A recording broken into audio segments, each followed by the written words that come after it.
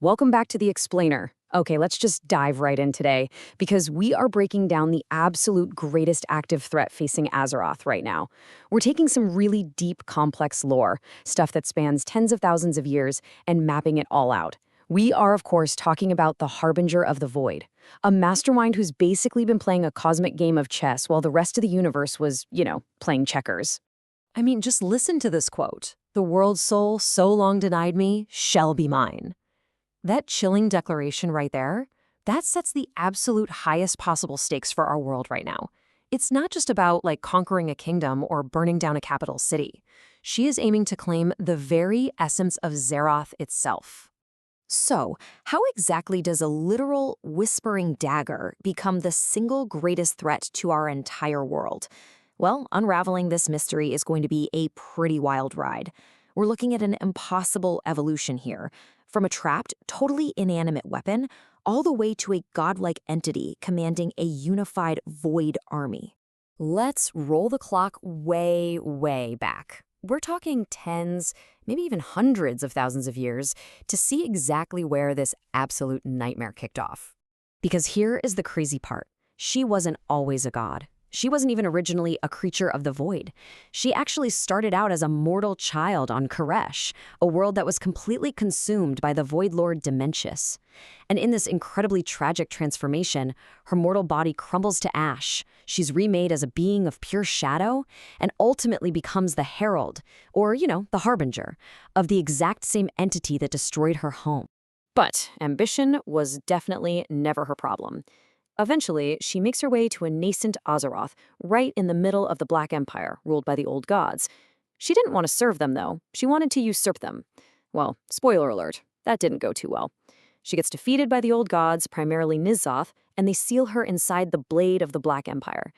It's this ancient sacrificial dagger, infused with old god essence, that basically warps minds and grants maddening visions. And she was stuck in there for millennia, just forced to watch the world go by from inside a prison of bone and dark magic. Which brings us to kind of the most terrifying realization in all of this. Trapped in that blade, completely unable to act physically, she just weaponized the one single thing she had left: her voice.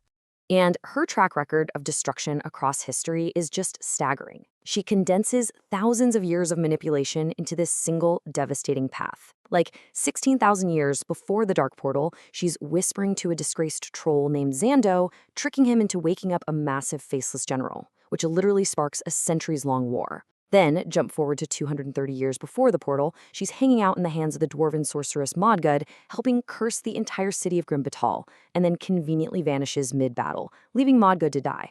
Oh, and right after the First War, she completely manipulates a human bishop, Natalie Selene, into studying the Void, which eventually drives Selene's own followers to murder her.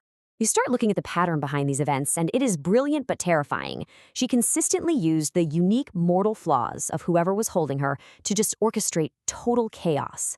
With Zan'do, it was his anger at his rivals. For Modgud, it was her intense hatred during a civil war. And for Natalie Selene, it was just pure academic curiosity. Xal'atath didn't even need a body. She just had to find the tiny crack in a mortal psyche and pry it open for her own amusement and survival. All right, let's pull things into recent history. A lot of you watching this probably remember actually wielding her yourself, right?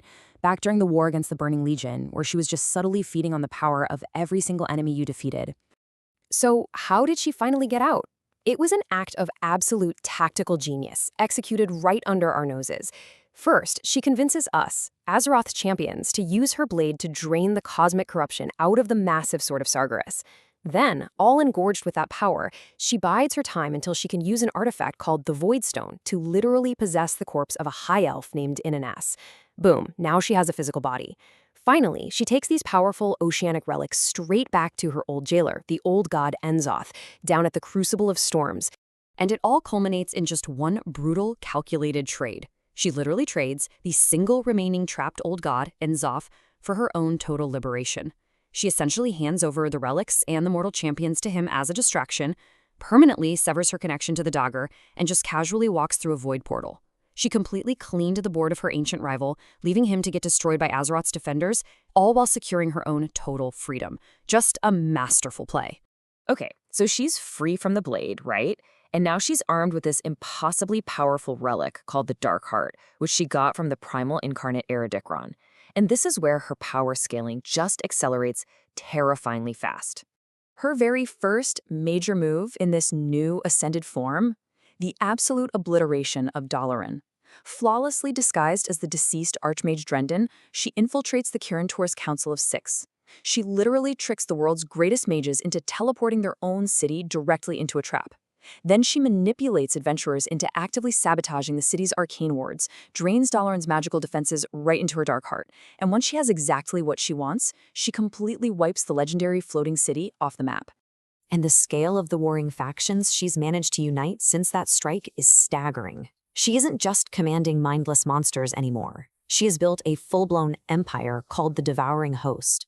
She promised evolution to the Azjikahet Nerubians. She corrupted the Earth and Stormward into Void Riders. She recruited human zealots from the Arathi Order of Night. And she gave the ethereal Shadow Guard a promise of survival. She actually united all of these completely disparate, warring groups into a single, unstoppable army aimed right at Azeroth's throat. But honestly, her true masterpiece of manipulation, she actually tricked us into stopping her former master, the Void Lord Dimensius. Think about it. We fought bravely against this cosmic horror, completely convinced we were saving the universe. But in reality, the exact moment we defeated him, she used the Dark Heart to absorb a Void Lord's unprecedented power for herself. We literally did all the heavy lifting, and she just walked away with godhood. Which really brings some intense meaning to this quote, right? When all your illusions are burned away, all that is left is your fury.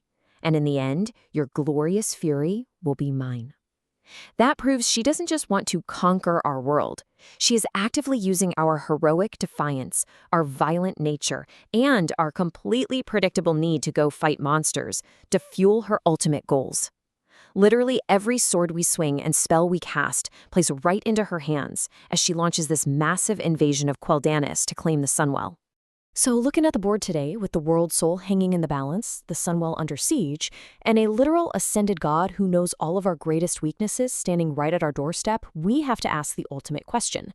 With our own fury actively being used against us, can anything actually stop the Harbinger? Well, that is it for this explainer. I'm going to leave you to ponder exactly how you outsmart a villain who already wrote the rules to the game.